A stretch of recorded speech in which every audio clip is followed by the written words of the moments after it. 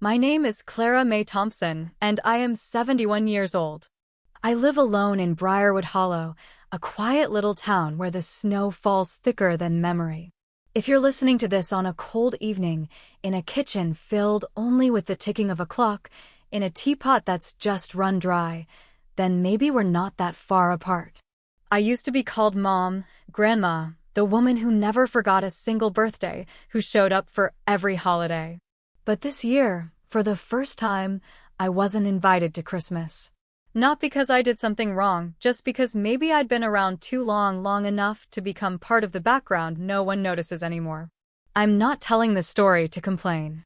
I'm telling it because maybe somewhere out there, there's someone else who's waited for a call that never came, an empty chair at the table, a gift left unopened, and a mother who once thought, if I'm good enough, they'll still need me. If that's you, stay with me a while. I'll tell you about the winters I've made it through and how I learned one of the simplest, hardest lessons of all, to save a seat for myself. That winter, it all began on a cold Sunday morning, at the cafe I always went to, when I overheard the sentence that changed everything. We've talked it over. You won't be coming for Christmas this year, Megan said it plainly. I just nodded, as if it wasn't even worth setting my coffee down for. Fern and hearth looked just like it always did on the Sunday before Christmas, just busy enough, cozy in that careful kind of way. Red brick walls dressed in dried wreaths, tiny string lights glowing faintly, more decorative than warm. The chairs were still upholstered in that soft cream leather, edges a bit worn, but always clean. I picked my usual spot by the window, where I could see the town's Christmas tree in front of the post office, still just 2 faded ribbons and a dull silver star. Like every year, I got there early and ordered a cappuccino, same as always. Sophie, the young waitress with the dimple on her left cheek, didn't need to ask. Still going with the strawberry muffin, ma'am, she smiled, setting the tray down like I was a fixture on her shift. I nodded. Thank you, dear. Her smile was the only thing that made me feel like I hadn't completely disappeared on mornings like this. Megan showed up first, always on time, as precise as a minute hand. Daniel followed, a bit slow, like he hadn't fully stepped out of last night. He sat before even unwrapping his scarf. Megan pulled her chair out with intent, back straight, beige turtleneck, hands resting on the menu she never actually looked at. I didn't bother asking how anyone was. These kinds of mornings weren't meant for catching up, just arriving, ordering, announcing, and leaving. Megan didn't wait for the drinks to land. She said it without hesitation. We've talked it over. You won't be coming for Christmas this year. I nodded again, as if I'd already said it to myself before she did. Daniel glanced at me once, then stared down at the table. Megan kept going, like she needed to finish the explanation to make it official. Lily's at that age where she needs more privacy. We thought we'd try something simpler this year, just us and the kids. Leo's still young, so he won't notice, but Lily. I nodded again, not in agreement, just to end the sentence. No one touched my muffin. It sat there, still warm, beside a cappuccino already half gone. I stood up. I assume I'll be paying for myself. I pulled out my wallet and placed the exact change beside the plate, careful not to let a single coin slip. Sophie returned just then, carrying a tray of tiny gingerbread cookies. For you to take home. They're homemade, she said. I looked at her. This time, I didn't nod. I don't need it, thank you. No one stopped me. No one reached out. No awkward glances.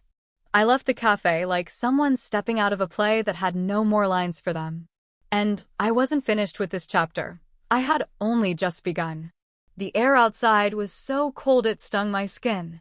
The sidewalk had already been salted, but patches of dull gray ice still shimmered underfoot like wounds that hadn't quite healed. I walked slowly, not because my legs were weak, but because there was nothing to rush toward. People brushed past with purpose. Everyone seemed on their way somewhere warm, the post office, the bakery, maybe just back home. Not me. I walked toward the hill where my car was parked. I hadn't walked this stretch in December for 12 years, not since Lily was in preschool, and I'd pick her up twice a week. Back then, Megan had seemed grateful. She used to call me the one who kept tradition alive. I still remember her handing me a thermos of cocoa once and saying, "Thanks for coming early, Mom." Well, I came early today too. Only this time, no one needed me. They came to make a decision. I came to receive it. At the corner was the used bookstore I used to take Daniel to when he was in 3rd grade. He had stared at the ceiling map so long I had to come back and buy it. Now, taped to the front window, 60% off, moving soon. Everything's pulling away from the places I once called mine. I stopped and looked inside, not because I needed a book, but because I needed a reason not to keep walking. Something inside me had split, a thread that once tied me to the image of the mother, the grandmother who always showed up. It had snapped, and no one even looked back. There's something strange about realizing your presence no longer fits into anyone's plans. It doesn't hurt sharply, it's just hollow, like stepping into a familiar room where everything's still in place, except you. I reached into my bag and pulled out my keys. My hands trembled slightly, not from age, but from the blood in me still trying to find its rhythm after Megan's coldness. She didn't yell, she didn't insult me, she just didn't invite me for Christmas. And somehow that was enough to change the season entirely. Daniel didn't defend me. He just sat there like a chair that had always belonged to that corner. Maybe he thought silence was keeping the peace. Maybe he thought I was too strong to be hurt. No one stopped to wonder if I had feelings of my own. I've always been the one to give up my seat, to cut the cake with more frosting, to roast the turkey without onions because Megan's allergic. I was always the easy one until they decided I didn't need to be considered at all. I heard the wind chime from behind me, someone opening the cafe door. The smell of cinnamon rolls drifted out. I didn't turn back. I didn't walk in. And in that moment, as I stood by my car, one sentence came to me, clear as if someone had whispered it in my ear. No one remembers I was the one who built the first home they ever lived in. On the icy curb, I walked slowly, not because my legs were tired, but because nothing waited for me on the other side. I returned home to a quiet apartment where the floorboards creaked and the gift box on the attic shelf still waited to be opened, as if this year would be no different than the last. That box, through all those winters, had become part of a ritual I'd never thought to question. I was never formally invited to Christmas, not once. But every year, I prepared gifts a month in advance. No one ever said, "Mom, we'd love for you to come." No one asked, "What dish would you like for the holiday dinner?" Still, I made a list. Year after year, each gift was carefully wrapped in snow-patterned paper, tied with silver or red ribbons depending on my mood. Lily liked soft packages, so I picked scarves. Leo loved Legos. I searched high and low for the police set he wanted. Megan always got something for the kitchen, maybe a juicer, maybe a set of mugs with laser-etched names. As for Daniel, he rarely opened his gift in front of me, but every year I left him a dark wool scarf with a Home Depot gift card tucked in a separate envelope. No one ever said thank you, but I didn't wait for it. Back then, I thought if I remembered someone, that was enough. I never thought about being invited, I just believed I was supposed to be there. Every year at the start of December, I'd reach for the attic ladder, step by step, to pull down the Christmas box, even if I knew I might not use anything inside. Maybe I'd grown used to preparing, as if not doing so would make it even easier for them to forget I existed. I opened the box. Faded newspaper wrapped each ornament. Some had lost their shimmer, some had tiny cracks, like time had brushed them gently on its way through. I wiped them down with a dry cloth. The scent of dried pine from the sprigs buried at the bottom drifted up, bringing back older winters when I lived with Daniel's father. We used to get a real tree taller than 6 feet. Every morning, sap would puddle on the floor beneath it. Back then, he called me the keeper of the season. The year Daniel lost his construction job, I didn't ask questions. I just called the bank and transferred $5,000 into his account. No name, no message. And it was never mentioned again, but I knew it helped. That same month, Lily had new shoes, and Daniel didn't have to deliver at night anymore. When Megan had Leo, she came home for 3 days before calling me. Could you maybe cook something for us? I made oatmeal with mashed apples and dropped it off every evening. Left it in the fridge. Never stepped inside. They said they needed space. I nodded. I've lived with those nods for so long I can't remember the last time someone asked me if I wanted anything. I think I was programmed to stay just on the edge, as long as I didn't take up too much room. That afternoon, I walked to Page and Pine, the bookstore, hoping to find something to gift Lily. She once wrote me a little card when she was 6. "Grandma, don't forget the peppermint candy." I love it. I kept that card in my wallet for nearly 2 years. Now, I'm not sure she even remembers what peppermint smells like. The shop was quiet, that mix of pine wood and fresh paper in the air. There was a tiny bell hanging on the window, the kind of sound that makes you feel like nothing in the world needs to hurry. Eleanor, the owner, still wore that oversized scarf. Her eyes squinted into a smile when she saw me. "Looking for a gift for your grandkids again, Miss Clara May?" I nodded, then stopped. "No, not today." I hadn't picked anything yet. I stood quietly for a while, scanning the children's section. Hardcover books lined up, reindeer, Santa, gingerbread men, all in neat rows. There was one I used to read to Daniel nearly 40 years ago, the night before Christmas. I don't remember much of the story, just that he used to yawn when I got to the flying reindeer part. He liked real things. I, on the other hand, wanted to hold on to whatever magic winter had left. Eleanor handed me a cup of tea, tilted her head. "You know, we're looking for a storyteller on Saturday mornings. The kids come in pajamas, sit under the tree. It's a joy." I smiled faintly. "You think I could be a storyteller?" "You're the most natural one I know," she said without missing a beat. "The way you speak, slow and soft, makes people want to listen." I didn't answer, just reached for a book with a deep blue cover. Reading stories to children, that's something I used to do every night, all those early years of being a mother. But no one ever asked me to do it outside of family. I sat down on the cushioned bench by the window.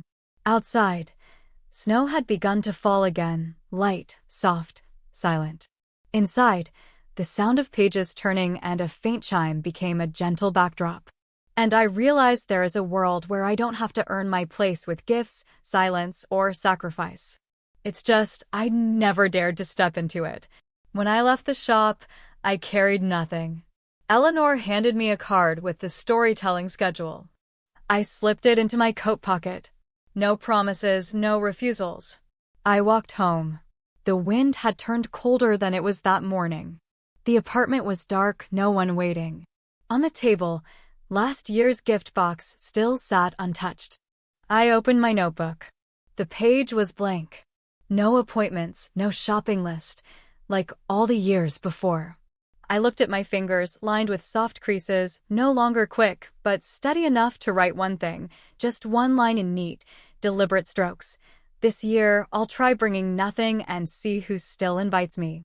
I sat there for a long time. Maybe it's time to take inventory of everything I've given and finally ask, what's left for me? I used to be an accountant. I remember every dollar, but I never used that skill to count what I'd given away. Not until this week. I printed the bank statements and laid them out on the old dining table, which also serves as my desk now. The maplewood is scratched in places from the time I dropped a plate last year. A red pen sat next to my tablet, a cup of coffee since morning. I wasn't doing this to blame anyone. I just needed to know how much of my life I'd poured into others without ever being named. First line. $200 a month for internet for 4 straight years, since Megan said, "We'll cover it, Mom. Just keep the account in your name so it doesn't get shut off." I don't remember if I nodded or just stayed quiet. Either way, the total came to $9,600. Next, home repairs. The year Daniel's basement flooded, I held the insurance, fronted the cost, $1,450. Then, the down payment to help with her car, $6,200. Summer classes for Lily, $1,800. Emergency hospital bill when Leo had a high fever 2 winters ago, $3,200. And that's not even counting the meals, the toys, the electric bills I quietly paid. I put it all into a simple spreadsheet, rows for each item, columns for each year. The final number, $27,680. I stared at that number for a long time, not because of how much it was, but because I'd never realized how much I could give and still survive. Not comfortably, just survive, without feeling like I had anything left. My phone sat silent on the table. I pressed the button and left a voicemail for the law office I'd used for years. I need to stop all recurring transfers, and I'd like to schedule a review of my authorizations. My hand didn't shake. It was just quiet. That afternoon, I stopped by Maple Bean, a small diner that still makes toast crisp on both sides, like they did when I worked with the retired accountants of Circle. The tables are round and steel. The waitress still remembers I prefer peppermint tea over coffee. Arthur was already there, more silver in his hair than last time, but his back still straight. We'd worked together on a few fundraisers after retirement. "Heard you're thinking about revisiting your will," he said as I sat down. I nodded. "I think it's time to redefine what my share really means." Arthur didn't press. He just pulled out his notebook and handed me a page. "I usually write this down for retirees, but I think it fits you better. They didn't invite you because you weren't worthy. They didn't invite you because they assumed you'd always walk in anyway." I let out a short laugh. Maybe I did walk in too often. We sat a while longer, not saying much. Sometimes, retired people know how to care without intruding. Arthur ordered a second iced lemon tea. I didn't get anything else. "I used to think that if I didn't help, they'd struggle," I said as the soft diner lights began to dim with the late afternoon. Arthur didn't answer. He just nodded slowly. I left before it got completely dark. The snow hadn't started again. I walked a short stretch down Main Street. Christmas lights had already been wrapped around the lampposts. At the bank nearby, an older woman sat at the counter, counting coins from a small fabric pouch. Her gloves were fraying. The plastic cup beside her had a chipped rim. She didn't look at anyone, just focused on her task. I stood and watched for a moment, not out of pity, but because I understood her. Maybe she, too, had once been the one who always prepared, always sacrificed, always said yes. And then one day, no one needed that anymore. No one pushed her away. They just didn't save her a seat. Back home, I opened my file cabinet. 3 savings folders. I added a 4th for myself. In any situation, I moved $12,000 into it. No one knew. No one needed to. Just me. And, for the first time, I didn't wait for anyone's permission. Night fell slowly. The wind hummed lightly against the windows, but the old desk lamp kept the room warm. I switched it on. A soft, yellow glow brushed across the wrinkles on my hands and the bill with my name printed at the top. For the first time in years, I crossed my own name off the family ledger. I closed the folder and looked out at the fog-covered window. And, for the first time in years, I didn't want to stay in a place where people only kept me because I was familiar. I didn't leave a goodbye note, no parting words. I just took back the keys to the cabin, the one that used to be mine, and drove off as the snow began to blanket the edge of the road. The cabin sits by Large Pine Lake, where the pine forest runs thicker than memory. It's about a 20-minute drive from town, but I drove slowly, as if my car, too, didn't want to disturb the quiet waiting ahead. When I pushed the door open, the scent of old wood and last year's fire rose up around me. Nothing had changed because no one had come since last winter.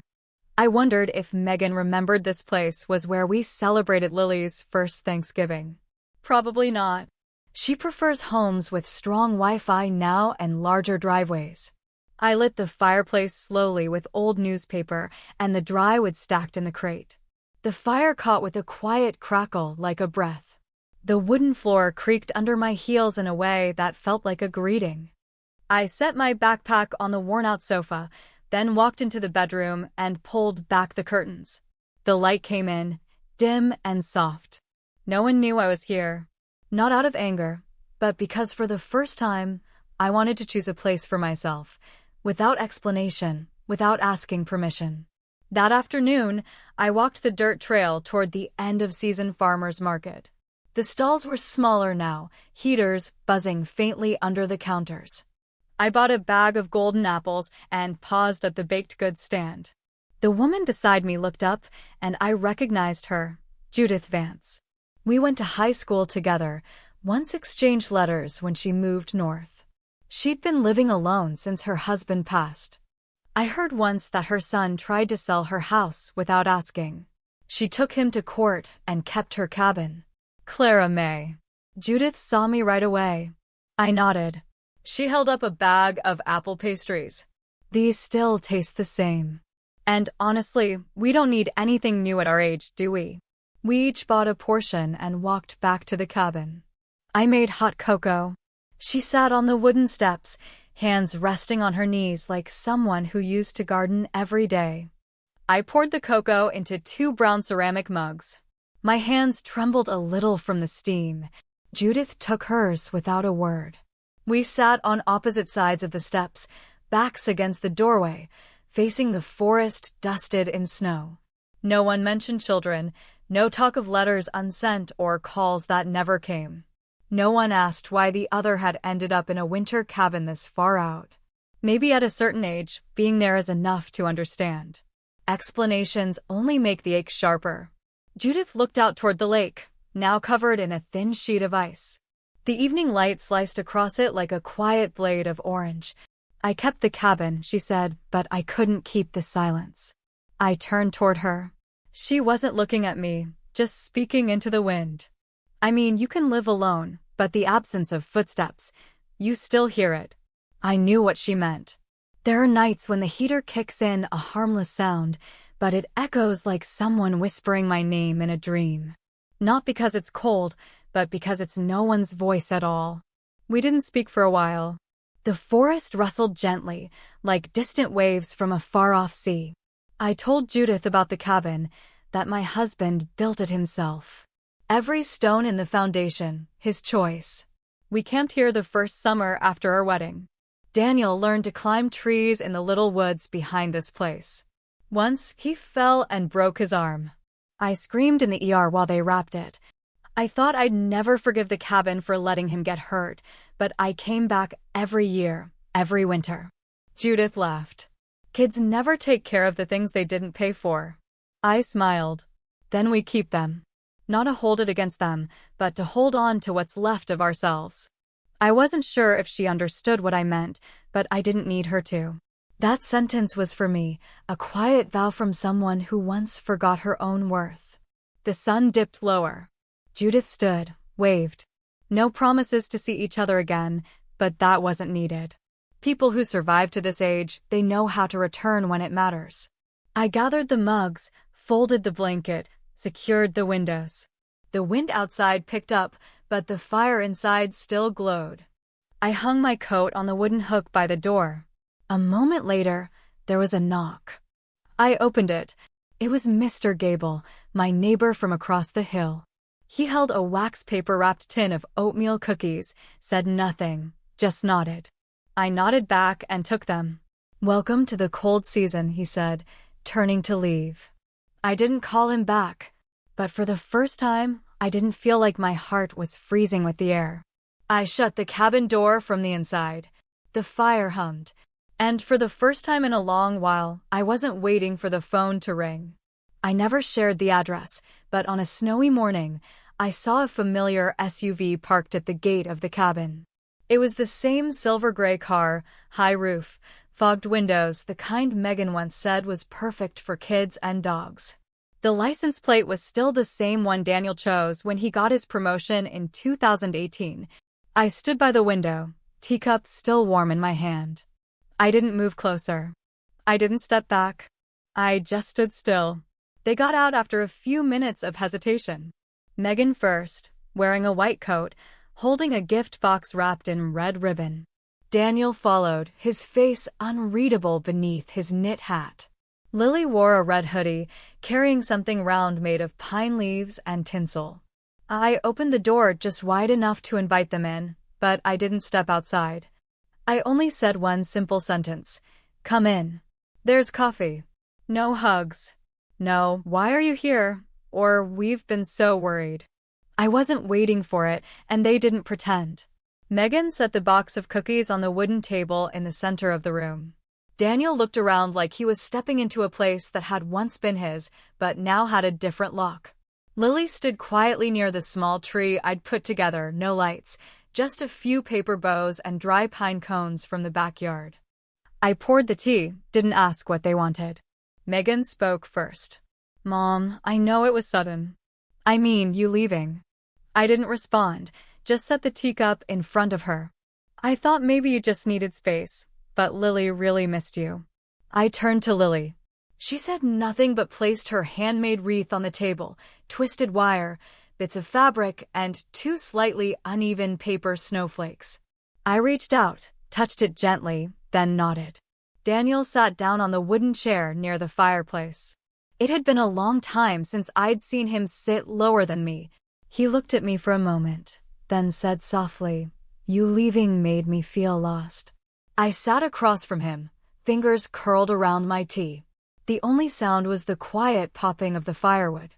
I didn't smile. I didn't cry. No one said anything when I was there, I said. I poured more tea for myself. Now I'm quiet, and that's the problem. No one argued. No one defended themselves. Megan shifted forward. I brought gingerbread. Lily picked the flavor you like. I nodded but didn't open the box. Didn't say thank you either. I've lived long enough to know not everything brought to your doorstep is love. The soft light from the string bulbs wrapped around the bookshelf made the room look warm, but nothing could warm the space between me and them. I picked up Lily's wreath and hung it on the bedroom door on the same nail I'd kept from past Christmases. She watched me, didn't say a word, just pressed her lips together the way her mother does when she's trying not to cry. I sat back down. Daniel glanced toward the window. Mom, are you coming back? I shook my head. I understand, he whispered. It's all so empty. I looked at him, this boy who used to fear the dark, who clung to me on Christmas night whenever ice slid off the roof. Now he had a house, a wife, 2 kids, and still didn't know how much space a mother truly needs.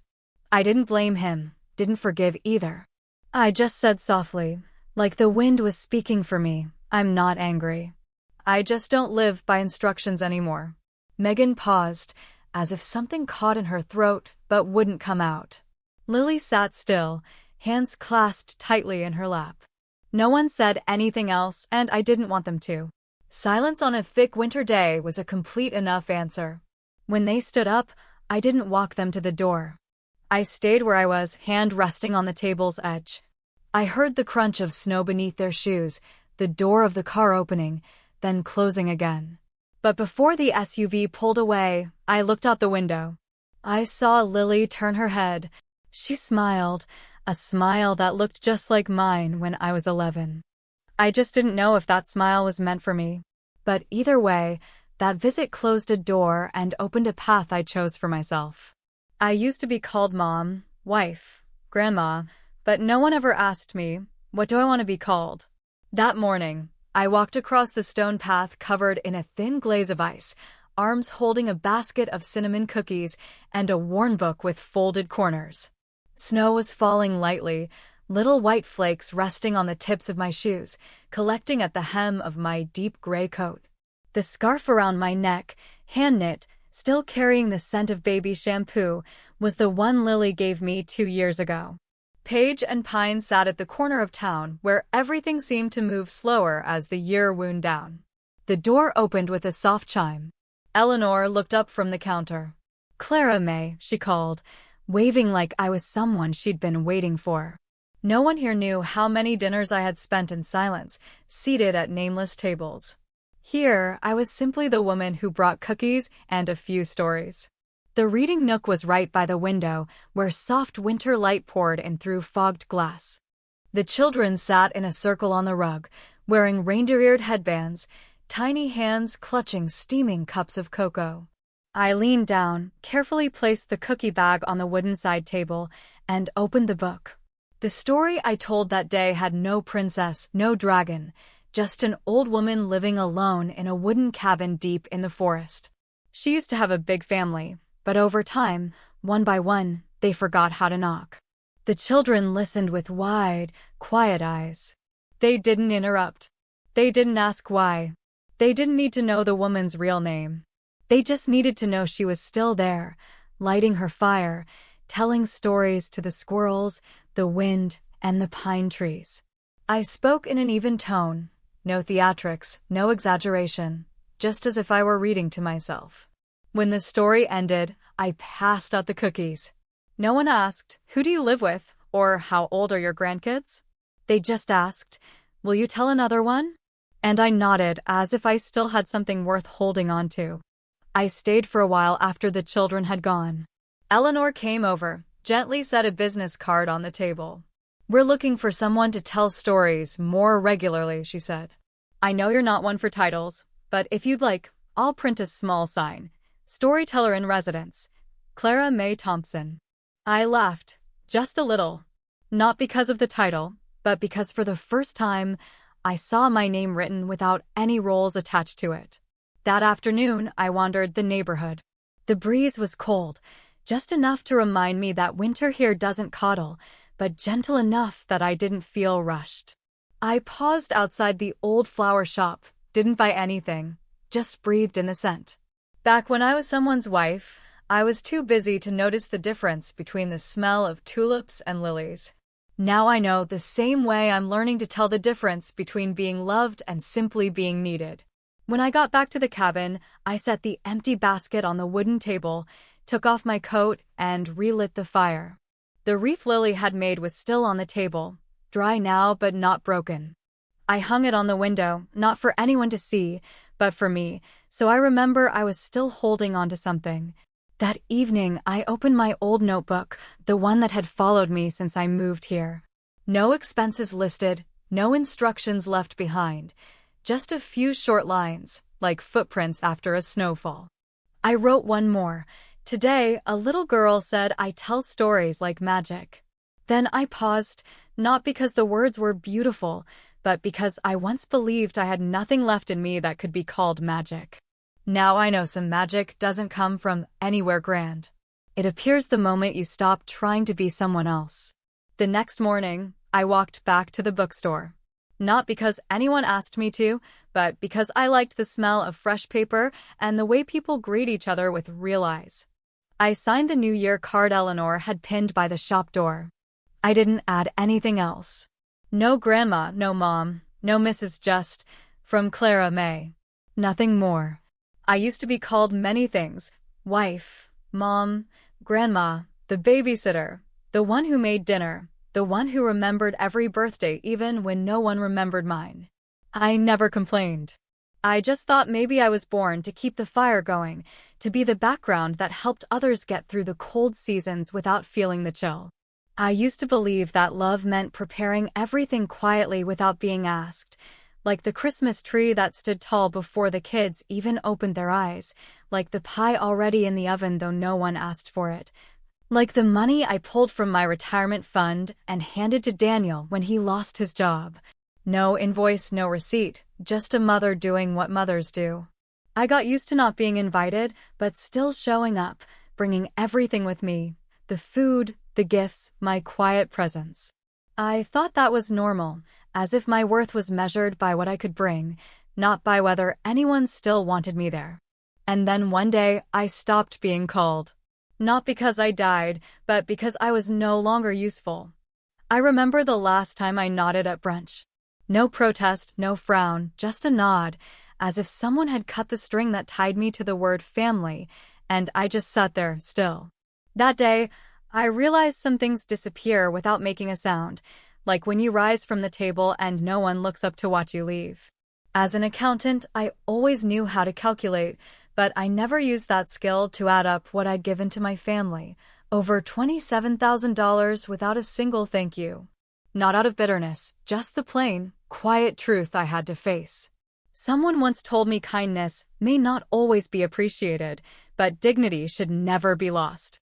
I moved to the old cabin, not out of anger, but to begin again.